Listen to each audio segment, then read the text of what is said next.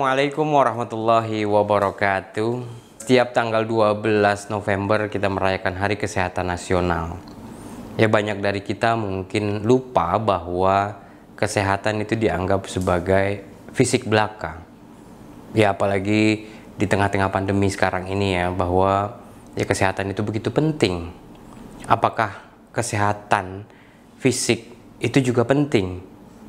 Kesehatan bukan cuma fisik, tapi juga ada mental, spiritual. Nah, begitu juga dengan penyakit. Penyakit bukan cuma ada fisik, tapi juga kesehatan penyakit fisik, mental, dan spiritual. Bagaimana kita bisa menyeimbangkan antara kesehatan fisik, mental, dan spiritual? Nah, saya udah bersama Pak Ustadz Muhlisin, ya, pembina dari Tauhid Cinta Channel ini. Assalamualaikum Pak Ustadz. Waalaikumsalam. Waalaikumsalam warahmatullahi wabarakatuh. Sehat ya? Alhamdulillah. Kita mau menyambut Hari Kesehatan Nasional. Harus sehat. Ya. Harus sehat, insya Allah. Penting. Ya. Sehat penting. Ada gium mensana in corpore sano. Di dalam tubuh yang sehat terdapat jiwa yang kuat. Ini kalau dalam konsep Islam sebenarnya terbalik ya Pak Ustadz ya. Ya, bahwa sebenarnya ya jiwa, pikiran itu menentukan fisik kita. Ya, ketika kita banyak pikiran, ketika hati kita tidak tenang, itu akan muncul impuls-impuls gejala-gejala tertentu di fisik kita. Jadi sebenarnya kurang tepat ya pepatah itu, atau ada gium mensana in corpore sano di dalam Kalau di dalam Islam memang yang menjadi sumbernya adalah hati, jiwa gitu ya. Ibnu Arabi itu Syekhul Akbar, guru terbesar dalam dunia spiritual tasawuf, nulis buku tentang divine governance ya, pemerintahan Tuhan. Itu bicara tentang tubuh. Dan ternyata beliau mengatakan pemimpinnya hati. Jadi hati itu akan menentukan ucapan A, perilaku jadi B gitu ya. Kalau Rumi selalu menyebutnya ya, apa yang ada dalam teko itu yang akan keluar. Kalau hatinya isinya kopi, yang keluar kopi. Kalau hatinya sakit ya semua turunan dari itu, kata-kata, pikiran, dan perbuatannya juga akan terefleksi atas sakitnya itu. Makanya dalam tradisi-tradisi sufistik gitu, ada hati itu dibagikan, kemudian ada yang kolbun salim, yang sehat, itu pasti perilakunya kebaikan, akhlaknya mulia, positif. Tapi kalau kolbun marid, hatinya sakit ya, maka riya, maka ujub, maka sombong, maka kemarahan diperturutkan, iri, dengki, dan sebagainya. Apalagi kalau sudah kolbun mayitun, hatinya sudah mati, itu ya orang seperti robot aja. Dia tidak terbimbing, sehingga kemudian yang muncul adalah dia didrive oleh amarah bisu, oleh keinginan-keinginan negatif, sehingga sudah secara spiritual dia tidak lagi menjadi manusia. Dia cuman robot tanpa roh. Karena jiwanya sudah mati, hatinya sudah mati. Dan jangan sampai kemudian kita sampai seperti itu. Kalau seorang sudah mati jiwanya, hatinya, sawaun alaihim a'angdartahum am lam tungtirhum la yu'minun. Ya, dikasih tahu apapun nggak ada responnya. Dia akan jalan, dia nganggap bahwa apa yang dia lakukan paling benar, sumum bukmun umyun faum la yarji'un. Dia tuli, dia bisu, walaupun dia punya telinga, dia punya mata, dan itu mengkhawatirkan. Jadi kalau dalam Islam terbalik, bahwa jiwa itulah hati yang sehat, jiwa yang mutmainnah, yang tenang, itu akan menentukan bentuk perilaku luarnya, apakah ucapan, ataukah kemudian buah-buah pikirannya, ataukah malah tindak tanduknya. Ya, masyarakat modern kan menganggap bahwa ya gejala flu aja dikit udah ke dokter, panas sedikit udah ke dokter gitu.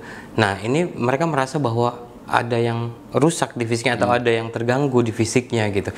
Ya, bukan mengecek dulu apakah hati dan pikirannya sudah ada yang problem gitu sebenarnya. Uang kita untuk sesuatu yang fisikal, untuk kesehatan juga. Flu sedikit itu bingungnya luar biasa. Tapi kalau sholat nggak khusyuk, kok masih iri, itu dianggap sebagai sebuah penyakit. Gitu. Sehingga dia suatu yang biasa malah. Suatu yang biasa aja dan nggak usah disembuhkan, nggak usah dicari dokternya. Kalau diingetin, berobat kamu, apaan gitu. Jadi memang harus dirubah ya mindset ini, karena ada satu kisah Imam Ja'far As-Shadiq gitu ya, itu didatangi pengusaha kaya raya sama anak-anaknya. Dia kemudian, bagaimana saya imam, saya nggak bisa menikmati kekayaan saya. Kenapa gitu? Sakit-sakitan gantian, bapaknya sembuh, nanti istrinya sembuh, anak-anaknya. Dan Imam Ja'far As-Shadiq karena tahu ya kondisi spiritual seseorang yang datang, dia pulang aja deh, banyakin sedekah. Nah, ternyata salah satu yang membuat dia sakit-sakitan itu agak susah ya secara logika akal. Salah satunya pelit.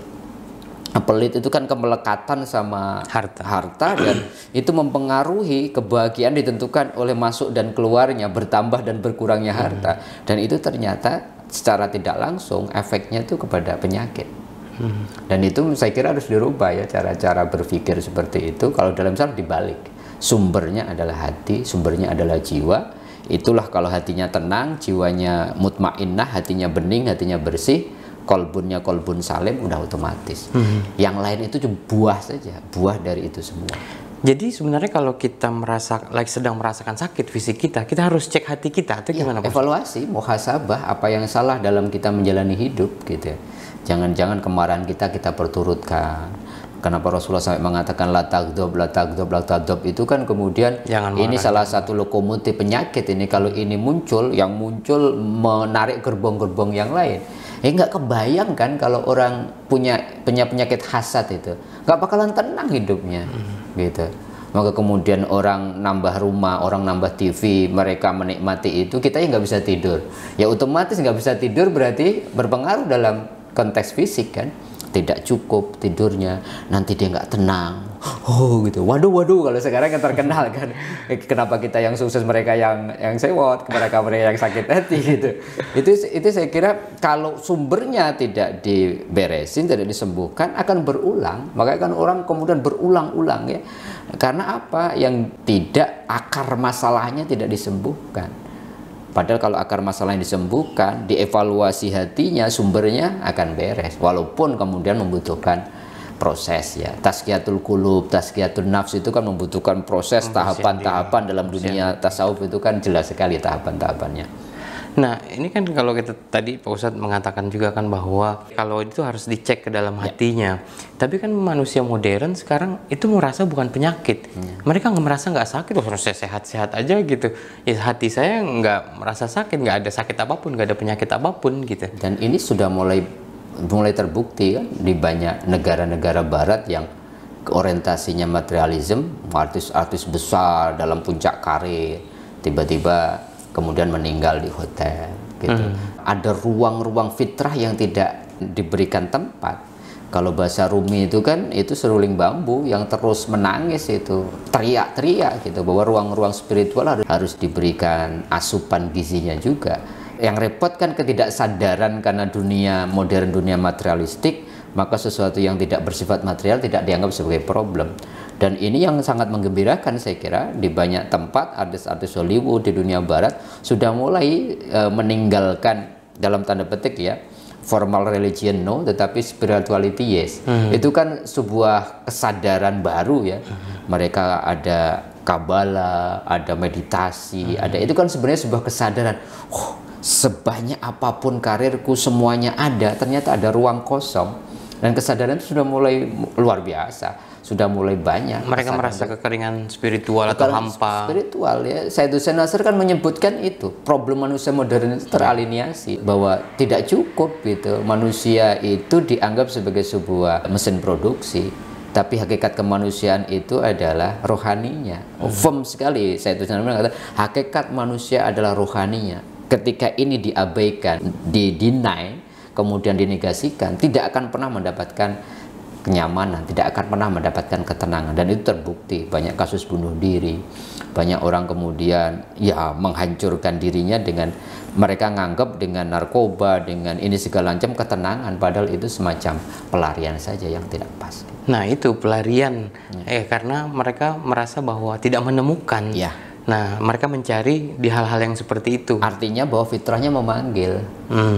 Serulingnya bunyi terus gitu. Cuman tangisan itu diterima sebagai sebuah tangisan kerinduan kepada sang rumpun bambu, sang asal, sang maha tenang, sang maha cinta, ataukah kemudian tangisan itu dialihkan hanya sekedar bunyi tangisannya A dialihkan ke bunyi tangisannya B, sehingga kemudian tidak menemukan akar masalahnya dan akan terus tidak akan pernah mendapatkan ketenangan itu selama fitrahnya tidak diberikan ruang.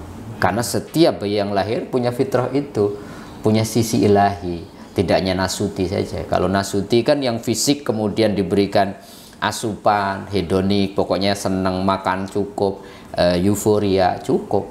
Tetapi ada sisi-sisi lahuti, sisi-sisi ketuhanan ilahiyah itu yang asupan gizinya tentunya berbeda. Lah seringkali kemudian kesehatan mental, kesehatan jiwa, kesehatan rohani ini tidak memberikan porsi, bahkan tidak menjadikan kesadaran bahwa sumbernya di situ. Sehingga problem manusia modern selalu berulang itu lagi, selama bahwa kemudian terus didinai bahwa fitrah itu tidak bisa ditolak, bahwa fitrah itu harus diberikan ruang gitu. Nah, di antara problem manusia modern juga kan mereka lupa gitu bahwa bukan cuma fisik kita yang butuhkan makanan, tapi juga mental kita, spiritual kita itu juga butuh asupan, butuh makanan, butuh masukan yang menyehatkan gitu loh. Ketika bicara tentang potensi manusia itu kan laqad khalaqnal insana fi ahsani taqwim ya. Makanya manusia disebut mikrokosmos gitu ya, alam kecil. Karena apa? Seluruh potensi, seluruh makhluk itu ada pada diri manusia. Cuman kan problemnya manusia terjebak pada potensi fisikal. Padahal ada potensi akal, asupan gizinya apa? Baca. Potensi bukunya adalah berpikir rasional. Tapi ada potensi jiwa, ada asupan gizinya, ada potensi hati, ada potensi rohani. Lah selama ini tidak diseimbangkan, maka tidak lagi bisa menjadi insan kamil ya.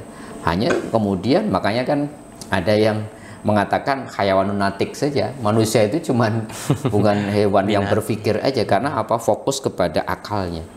Ya kita cobalah kalau kita mau jujur, kita punya penghasilan 10 juta. Coba dibagi 5 itu. Berapa porsi paling besar? Fisik. Untuk makan, untuk perawatan segala macam. Beli buku aja kalau kita mau jujur, belum tentu sebulan sekali, nunggu bulan Maret kan ada Islamic Book Fair atau nunggu diskon gitu.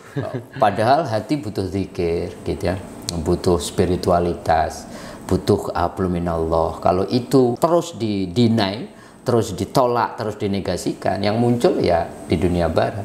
Dan sekarang sudah mulai turning point gitu, sudah mulai banyak, misalkan Daniel Hendrik itu nulis buku Corporate Mystic gitu.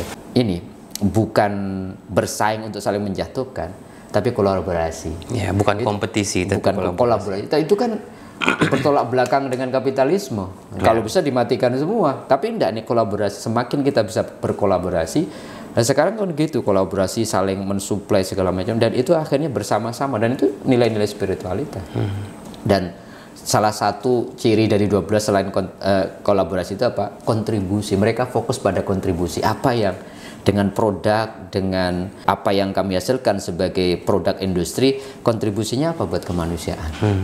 Jadi kayak kasus AstraZeneca ya, yang menggratiskan, padahal dia bisa mendapatkan kekayaan yang berlimpah dari license, tetapi dia jadikan itu sebagai sajadah untuk spiritualitas, untuk persembahan kepada Tuhan. Nilai-nilai itu sudah mulai muncul di banyak tempat. Jadi mungkin ya formal religion, gereja-gereja kita tahu banyak yang tutup, tetapi komunitas-komunitas spiritual itu tumbuh menjamur di dunia barat. Karena apa? Semakin ditolak, semakin diabaikan, semakin tidak dihiraukan, seruling bambu, tangisan, panggilan, kerinduan kepada Sang Maha Tenang itu akan semakin kencang. Dan itu lama-lama juga harus didengarkan. Pada titik tertentu orang mendapatkan vision, oh iya, ketenangan itu ini. Yang sebenarnya sejatinya sehat itu harus sehat spiritualitasnya dulu. Ya, kalau kita ibaratkan ini sebagai panggilan ya, itu pilihan kita untuk menutup kuping atau untuk mendengarkan panggilan itu, atau untuk melaksanakan panggilan itu. Iya, tergantung kepada potensi apa yang merespon. Saya selalu mengatakan panggilan adzan itu responnya apa? Bukan telinga. Terbukti itu panggilan hati itu. Karena bisa jadi kita di samping masjid, tapi yang datang yang 1 kilo dari masjid. Artinya apa? Itu panggilan hati. Ketika ada orang datang meminta bantuan sama kita, bukan panggilan akal, karena panggilan akal berkurang nih.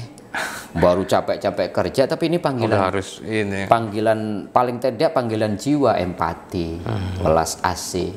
Kalau ada saudara-saudara kita di bumi lain, di belahan bumi lain, kemudian kena musibah, panggilannya bukan panggilan kalkulasi akuntansi. Nah, maksud saya itu pilihan kita sendiri untuk menyeru panggilan itu atau mengikuti panggilan itu, atau memang kita diarahkan oleh hati kita, oleh kebiasaan kita, oleh... Tergantung kepada mana yang kita dengarkan. Karena di dalam diri kita itu ada potensi dua-duanya. Qad aflaha man zakaha faqad khaba man dasaha, kan sebelumnya wa nafsi wa ma sawwaha qad fa alhamaha fujuraha wa taqwa. Jadi pada diri manusia itu ada potensi yang senang fisikal gitu, yang kalau bisa itu belajarnya nambah sama berkali-kali lipat apa yang dia punya, tapi ada potensi takwa yang itu tadi yang menjadi kayak semacam alat untuk receiver panggilan-panggilan yang bersifat spiritual gitu. Sehingga dalam bahasa-bahasa yang lain, ketika seseorang 4 bulan itu fisiknya sempurna, maka dihidupkan ruh. Lah, ruh itu yang mau mendrive kita, hati kita yang kita dengarkan. Maka Rasulullah mengatakan istafiqol bak itu kalau ada persoalan, kamu dengerin hatimu, hati nuranimu, atau dengarkan akalmu, atau dengarkan dengarkan nafsumu, itu akan responnya berbeda-beda. Disitulah kemudian pilihan-pilihan manusia dihargai sesuai dengan pilihan kita, karena diberikan pilihan dalam tanda petik dalam tanda petik diberikan pilihan. Lain sama iblis, sama setan, karena pilihannya cuman dia tidak punya pilihan, dia representasi dari keburukan. Malaikat representasi dari cahaya kebaikan. Maka nggak heran kalau malaikat nggak pernah berbuat, hanya melaksanakan perintah Allah dan tidak pernah durhaka. Kalau setan berbuat baik, malah ada yang aneh, itu pasti manipulatif gitu. Tapi kalau manusia, setiap pilihannya ada konsekuensi. Bisa mulia melebihi malaikat. Bahkan para malaikat pun diperintahkan Allah sujud sama Adam sebagai representasi manusia, atau kal'an'am balhum adol. Dia kalau memperturutkan nafsu-nafsu hewaniyah, maka dia lebih buruk dari itu. Nah, poinnya kan bagaimana mengasah itu, kemudian belajar mendengarkan hati nurani, suara-suara kebaikan, panggilan-panggilan Tuhan dalam bentuk apapun, itu yang kemudian kalau itu kita ikuti, selamat kita, sehat kita. Dan itu kalau sehat sudah, itu otomatis kehidupannya juga menjadi damai, nggak ada urusannya dengan kaya dan miskin, nggak ada urusannya dengan gagal dan sukses menggapai jabatan dan apa-apa, karena dirinya sudah cukup. Karena apa? Di-drive oleh hati yang sudah tenang. Itulah disebut stabil, tidak fluktuatif gitu ya dalam kehidupan. Nah, poinnya adalah mengasah dan membersihkan hati gitu sebenarnya. Ya kan ada juga disebut penyakit hati. Nah, bagaimana penyakit hati ini hilang dari kita? Kan ada penyakit hati iri, ria, dengki, hasad, ujub, serakah, dendam. Oh, masih banyak lagi penyakit hati yang mungkin 1, 2, bahkan 10, 20 ada di dalam diri kita gitu loh. Itu gimana kita mendeteksi penyakit-penyakit itu? Ya kalau di dokter kan ada diagnosa, kalau untuk mendengarkan detak jantung ada alatnya, untuk tensi darah ada, untuk gula darah ada, segala macam kolesterol ada. Kalau ini mendeteksi penyakit-penyakit hati pakai apa? Lebih sederhana sebenarnya. Banyak indikator-indikator sederhana. Selama kita belum bisa bahagia, ngelihat sahabat kita bahagia, ada yang salah sesungguhnya. Itu muncul itu penyakit irinya gitu. Ketika kita melakukan kebaikan, tiba-tiba merasa kita yang terbaik, itu kan sederhana gitu. Ketika kita bisa belum menghandle kemarahan kita, memperturutkan ucapan-ucapan kita yang kemudian tidak terkontrol, itu kan sakit sesungguhnya. Cuman kan kesadaran-kesadaran ini belum tentu orang menyadari, dalam konteks kalau ketika diingatkan, seperti kesadaran yang sangat cepat kalau fisiknya sakit yang bersifat fisikal. Kalau dalam dunia tasawuf ada indikator-indikator. Ketika engkau selalu bertanya, sholatmu tidak khusyuk, ya, kamu kemudian ngaji tidak mendapatkan ketenangan, zikir. Kalau bahasa Imam Al-Ghazali jelas, beliau mengatakan begini, bahwa segala sesuatu itu ada karatnya. Karatnya hati itu dosa, penyakit-penyakit hati. Dan setiap ada karat itu selalu ada penghapusnya. Dan penghapus untuk menghilangkan penyakit itu zikir. Kalau menurut Imam Al-Ghazali. Tapi zikir itu dalam makna yang luas.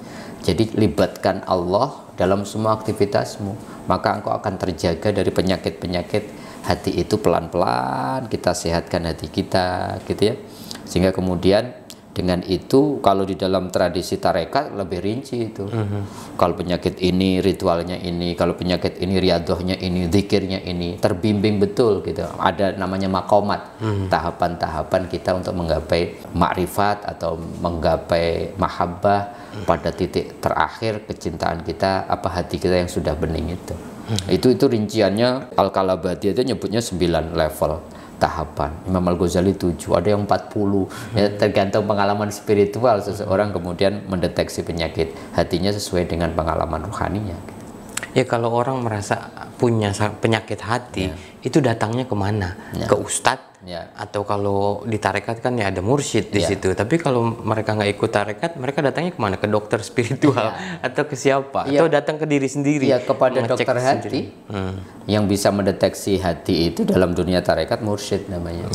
Orang yang tahu betul kondisi hati kita, datang itu, kita 3 orang datang itu pasti ditanya, atau bahkan sebelum ditanya mereka bisa mendeteksi ya penyakit kita. Pulang itu bawa zikir beda-beda, seperti kita obatnya beda-beda. Terus kemudian cara melaksanakan juga beda-beda, seperti komposisi obat yang diberikan 3 orang yang datang dengan penyakit beda-beda. Nanti biasanya ada evaluasi. Kalau dalam tarekat itu kan ada pertemuan mingguan, nanti didengarkan lagi setelah minum obat itu apa reaksinya. Waduh, bingung saya Ustaz gitu segalanya.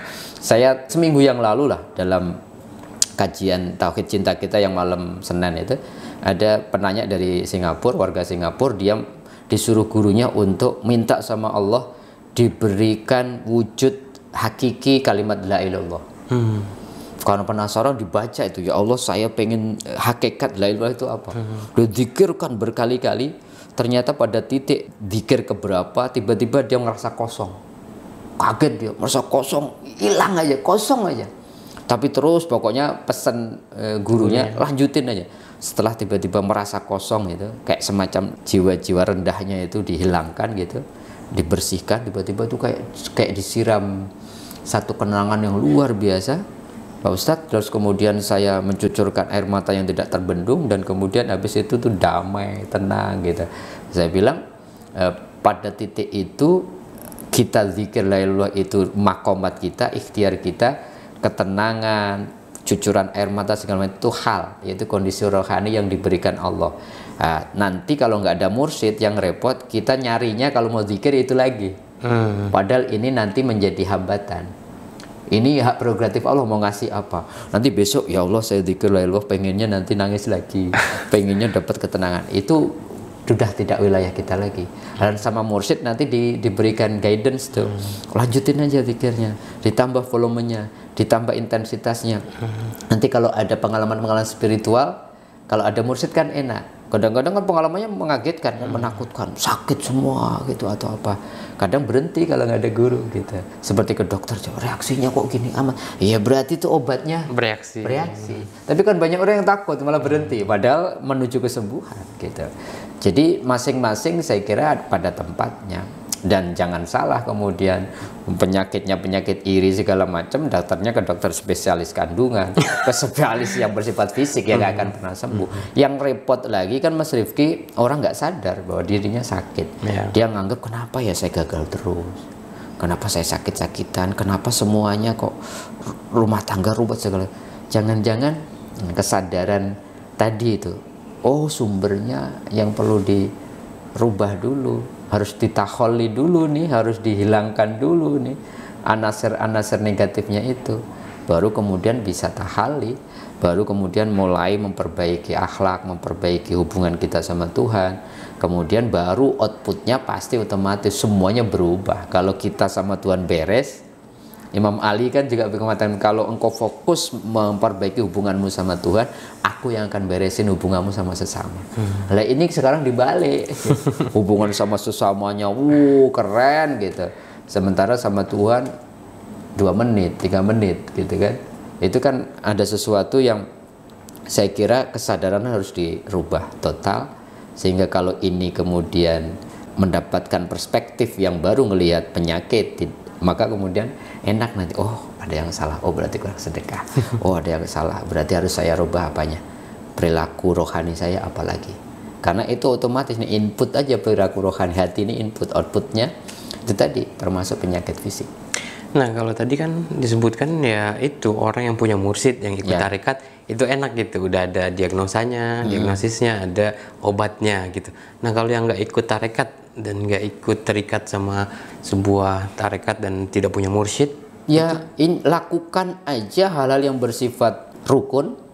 Saya pernah disampaikan satu guru ya, Anda nggak usah kalau nggak mau ikut tarekat, kerjakan aja sebaik mungkin rukun Islam yang 5 itu. Nanti itu seperti lokomotif. Kenapa disebut rukun? Nanti akan narik semuanya itu. Sholat aja dibenerin, gitu. Kemudian puasanya dibenerin, jangan hanya fisik. Hajinya dibenerin, bukan saja niatnya, tapi cara memaknai tawaf, memaknai sa'i. Benerin kalau zakat itu bukan sekedar Anda mengeluarkan 2,5%, maksimal 5%. Bukan itu poinnya. Coba ketika khudh min amwalihim shadaqatan tutahhiruhum wa tuzakkihim biha, itu kan kenapa pakai wa tutahhiruhum wa tuzakkihim biha, kan dua kata yang berbeda. Yang satu ngomongin sesuatu yang bersifat benda 2,5%, tapi yang satu ngomongin engkau membersihkan penyakit suhat, penyakit bukhal, penyakit kekikiran dalam hatimu, dan itu dahsyat gitu. Jadi memang konsekuensi dari kita tanpa mursyid, tanpa guru ya. Walaupun sebenarnya saya boleh mengatakan nggak ada orang beragama tanpa guru, tanpa mursyid, secara tidak langsung maupun langsung. Nggak mungkin kan tiba-tiba Mas Rifki tahu tentang segala sesuatu, minimal ada dosen, ada teman-teman ini. Kalau pakai rumusannya Imam Ali kan jelas gitu, bahwa guru itu orang yang mengajarkan saya walaupun satu huruf. Jadi nggak bisa, minimal gurunya Rasulullah, bacain banyak sholawat. Gurunya minimal buku yang kita baca, Imam Al-Ghazali. Maka dalam tradisi spiritual ya harus kita Fatihah dulu, minta izin kita baca bukunya, mohon bahwa apa yang mereka tulis itu kita bisa terima secara utuh dan sebagainya. Sebenarnya nggak bisa orang sendirian. Oke, nggak bisa ya orang sendirian. Walaupun ngomong mursyid sebagai sebuah tarekat organisasi, mungkin kita tidak masuk tarekat tertentu. Ketika kita milih jalan sendiri kan juga tarekat jalan maknanya. Oke, tadi kan itu dari kita milih jalan sendiri dan ya penuhin aja rukun Islamnya yang benar gitu. Nah, kalau dilihat dari ini kan maknanya gitu, misalkan ada sholat fisik dan sholat spiritual. Ya kita bisa aja sholat tapi hati kita kemana-mana, pikiran kita kemana-mana. Begitu juga dengan puasa, fisik kita aja yang puasa tapi kita membayangkan makanan atau berimajinasi macam-macam gitu untuk menghilangkan hawa nafsu kita segala macam. Ternyata menjalankan rukun Islam secara fisik aja nggak bisa gitu, tapi harus juga dibarengi dengan spiritual. Itu kan butuh kesadaran sebenarnya. Ya ibadah spiritual gitu, misalkan sholat yang spiritual, puasa yang spiritual, bukan cuma fisik kita yang melakukan ibadah gitu. Ya kesadaran bahwa beragama itu tidak boleh berhenti di syariat, harus levelnya pada saat yang sama. Menjalani sholat secara tarekat, secara hakikat, secara makrifat itu kan sudah diajarkan sebenarnya, walaupun ada yang tidak sepakat dengan level-level itu. Tetapi kalau kita mau lihat misalkan Quran saja kan selalu melihat ajaran-ajaran agama tidak sekedar fisik, selalu dihubungkan dengan output, dihubungkan dengan batin kan. Misalkan Allah mengatakan aqimis sholat lidzikri gitu ya, tegakkan sholat untuk komunikasi mengingatku. Itu kan bukan fisikal, itu rohani. Sehingga kemudian sholat yang benar ditambahkan dengan Al-Ankabut 45, innas sholata tanha 'anil fahsya'i wal munkar. Jadi harus punya dampak gitu. Pada satu sisi membaca Al-Mu'minun misalkan alladzina hum fi sholatim khosyi'un. Sholatnya yang benar itu sholat yang khusyuk, itu bukan dataran fikih. Jadi banyak sebenarnya ayat-ayat Quran yang mengkonfirmasi bahwa sholat itu ya dohirnya sholat, ya batinnya sholat. Karena Allah juga maha dohir, juga maha batin. Puasa juga banyak sekali kan indikator-indikator. Kenapa puasa itu tiba-tiba dihubungkan dengan ketakwaan. Itu kan berarti bukan puasa itu adalah salah satu evaluasi Tuhan untuk umatku ini kuat nggak 12-10 jam nggak makan, kan bukan itu, tetapi menjaga kesadaran imsak itu, menahan diri. Kenapa juga kemudian ada kalimat ini nadartu lirahmani sauman gitu. Maria mengatakan saya nadar puasa pada hari ini, puasa bicara. Jadi indikatornya sesungguhnya banyak sekali. Cuman kadang-kadang karena sudah sejak kecil banyak kita dididik dalam konteks beragama itu fikih, beragama itu syariat, sehingga kemudian merasa cukup gugur kewajiban kita kalau sholat kita sah, tetapi tidak membicarakan sholat kita diterima enggak.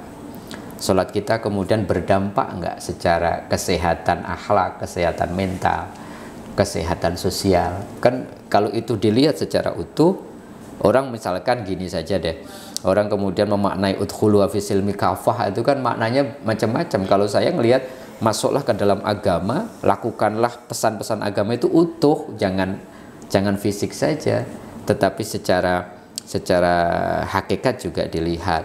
Kalau dulu di kajian-kajian kampus itu kan selalu diajarkan 4 perspektif ya. Sholat itu harus dilihat perspektif teologisnya apa, harus bisa dijelaskan. Perspektif ibadahnya apa. Kalau perspektif teologi berarti apa? Ya sholat itu untuk sarana untuk mengingat Tuhan. Kalau perspektif ibadahnya, ya sholat itu harus sesuai dengan rukun dan syaratnya. Yang af'alun wa af'alun itu, bahwa ucapan dan gerakan dimulai dengan diawali dengan takbir, diakhiri dengan salam. Tapi juga ada perspektif apa? Sosial. Kalau ini nggak dijelaskan dalam perspektif sosial, susah menjelaskan surat Al-Ma'un. Kenapa sholat itu dicela? Kenapa sholat itu menjadi tidak berdampak kalau wayamna'unal ma'un, tidak punya dampak sosial. Tapi juga disebutkan di situ harus dijelaskan sholat dalam perspektif muamalah. Jadi semua nanti ajaran sholat, ajaran puasa, ajaran haji harus bisa dijelaskan dalam 4 perspektif itu. Itulah yang disebut menurut saya kafah. Bukan kemudian kafah itu semua menjadi semuanya simbol-simbol keislaman gitu. Kan kadang-kadang tafsirnya itu, kafah itu nggak boleh, Anda udah nggak boleh ini lagi, nggak boleh itu lagi, nggak bisa gitu. Ini boleh, ini nggak, harus utuh, ditinggalin semua. Sehingga banyak orang kemudian berdebat, ngomongin riba, ngomongin semuanya, sehingga orang udah ditinggalin semua karena menurut mereka kafah itu. Nah, bagaimana menyeimbangkan kesehatan fisik, kesehatan mental, jiwa, spiritual gitu ya? Karena ya kayak tadi Pak Ustadz bilang gitu, bahwa ya banyak orang mengeluarkan banyak materi, banyak uang, banyak finansial buat perawatan wajah, buat makanan, buat vitamin-vitamin fisik kita, tapi lupa bahwa kita juga perlu asupan yang lain gitu. Nah, bagaimana menyeimbangkan itu semua? Karena salah satu yang terpenting di dunia ini adalah keseimbangan ya. Kenapa ada laki-laki perempuan, itu kan prinsip keseimbangan atas bawah, samping kanan kiri, segala macam, utara barat, segala macam. Nah, bagaimana menyeimbangkan itu, Pak Ustadz? Ilmu saya kira harus ilmu dulu ya. Sebab kita ini akan punya atensi, punya kepedulian, bahkan punya semangat untuk menggapai itu semua kalau kita anggap itu penting. Nah, kalau kita tidak punya ilmu bahwa semuanya penting, bahkan kalau mau yang lebih penting, kecerdasan spiritual itu yang tidak terbatas. Ya, kesadaran itu yang harus dimunculkan dulu, harus dengan baca, harus dengan ilmu. Oh ternyata gitu ya, bahwa kemudian yang fisik ini sangat terbatas ya. Oh ternyata ada kesadaran baru. Kemudian kita belajar ilmu psikologi, oh betapa luar biasanya. Belajar ilmu spiritual, betapa luar biasanya. Belajar religion, agama, betapa luar biasanya. Sehingga kemudian kita punya perbandingan, oh ternyata seseorang disebut insan kamil itu karena seluruhnya diberikan asupan yang cukup. Tentunya keseimbangannya itu bukan sama ya. Karena kan kemudian ada yang namanya keadilan di masing-masing itu asupannya berbeda-beda. Bayangkan Rasulullah itu mengajarkan kepada sahabat-sahabatnya itu ngajarin kitab, berarti teks kan. Mengajarin hikmah juga. Tapi mengajarin rasa juga, yuzakihim gitu ya. Mereka juga mensucikan hati. Atau bahkan dalam konteks ibadah Rasulullah juga marah ketika ada seorang sahabat yang ingin punya ibadah yang menyamai Rasulullah.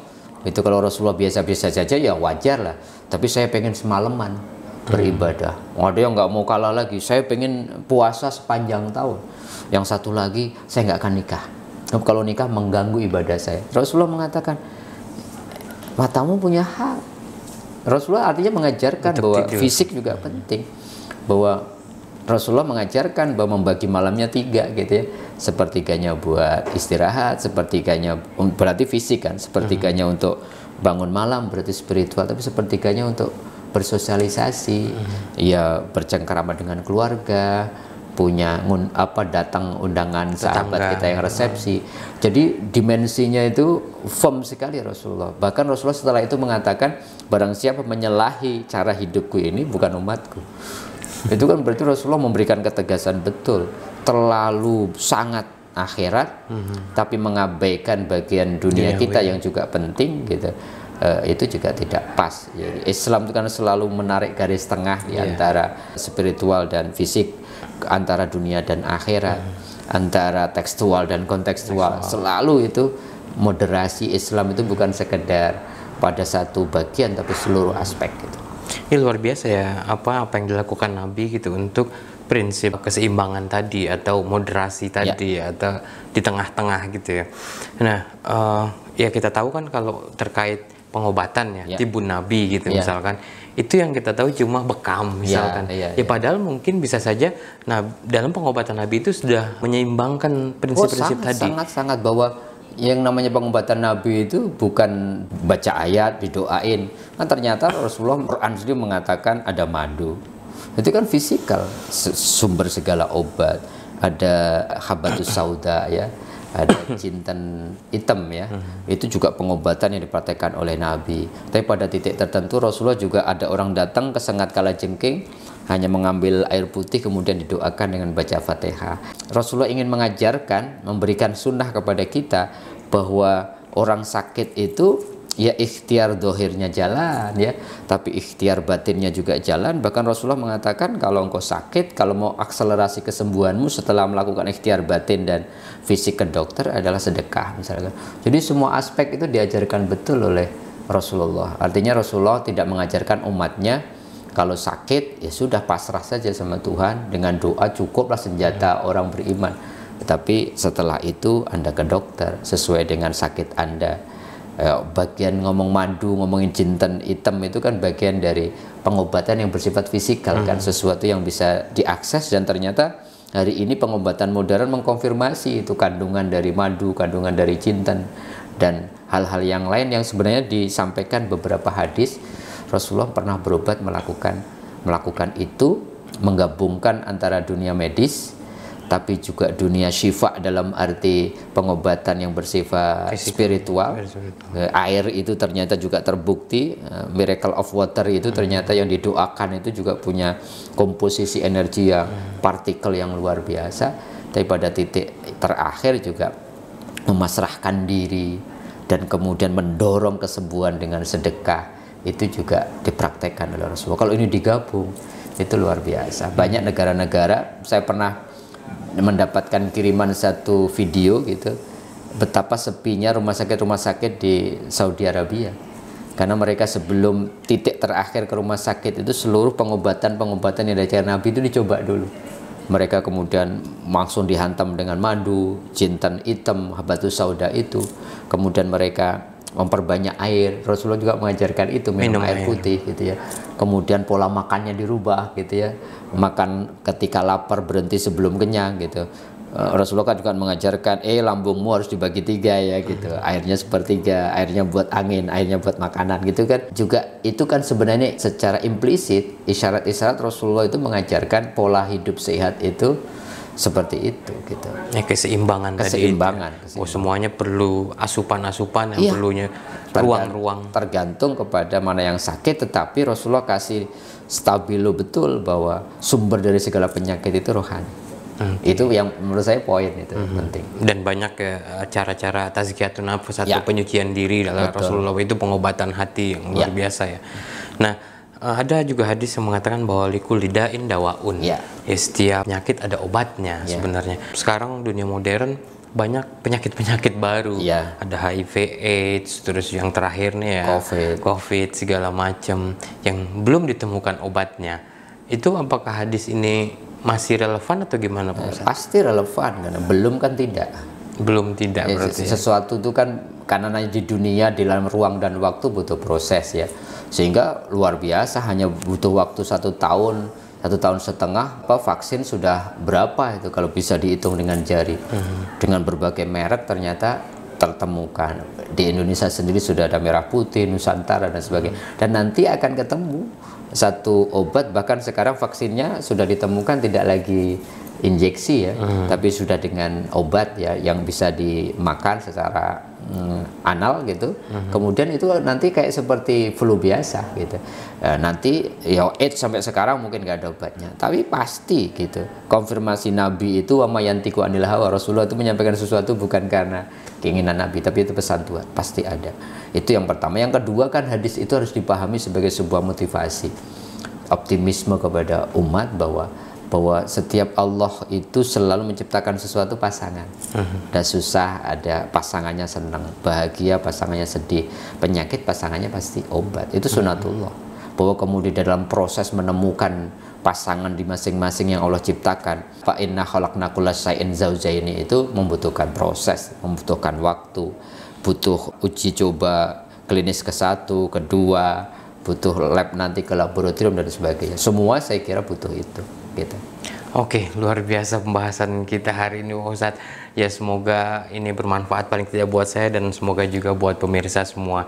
Para pemirsa, penyakit bukan cuma fisik tapi juga ada penyakit mental, hati, dan juga obatnya ya juga bukan cuma obat yang kita telan dari mulut gitu, tapi juga ada obat-obat untuk mengobati penyakit-penyakit hati seperti zikir dan lain sebagainya. Nah, mari kita lacak sama-sama apakah penyakit fisik kita itu berasal dari hati, karena semuanya seperti kata Rasulullah itu muasalnya adalah hati atau rohani kita. Semoga kita semua dalam kesehatan yang prima, baik itu dalam fisik kita, mental kita, dan hati kita, dan semoga Allah melindungi kita semua, memberkahi kita semua, dan berikan kita kesehatan. Terima kasih atas partisipasinya. Assalamualaikum warahmatullahi wabarakatuh. Waalaikumsalam.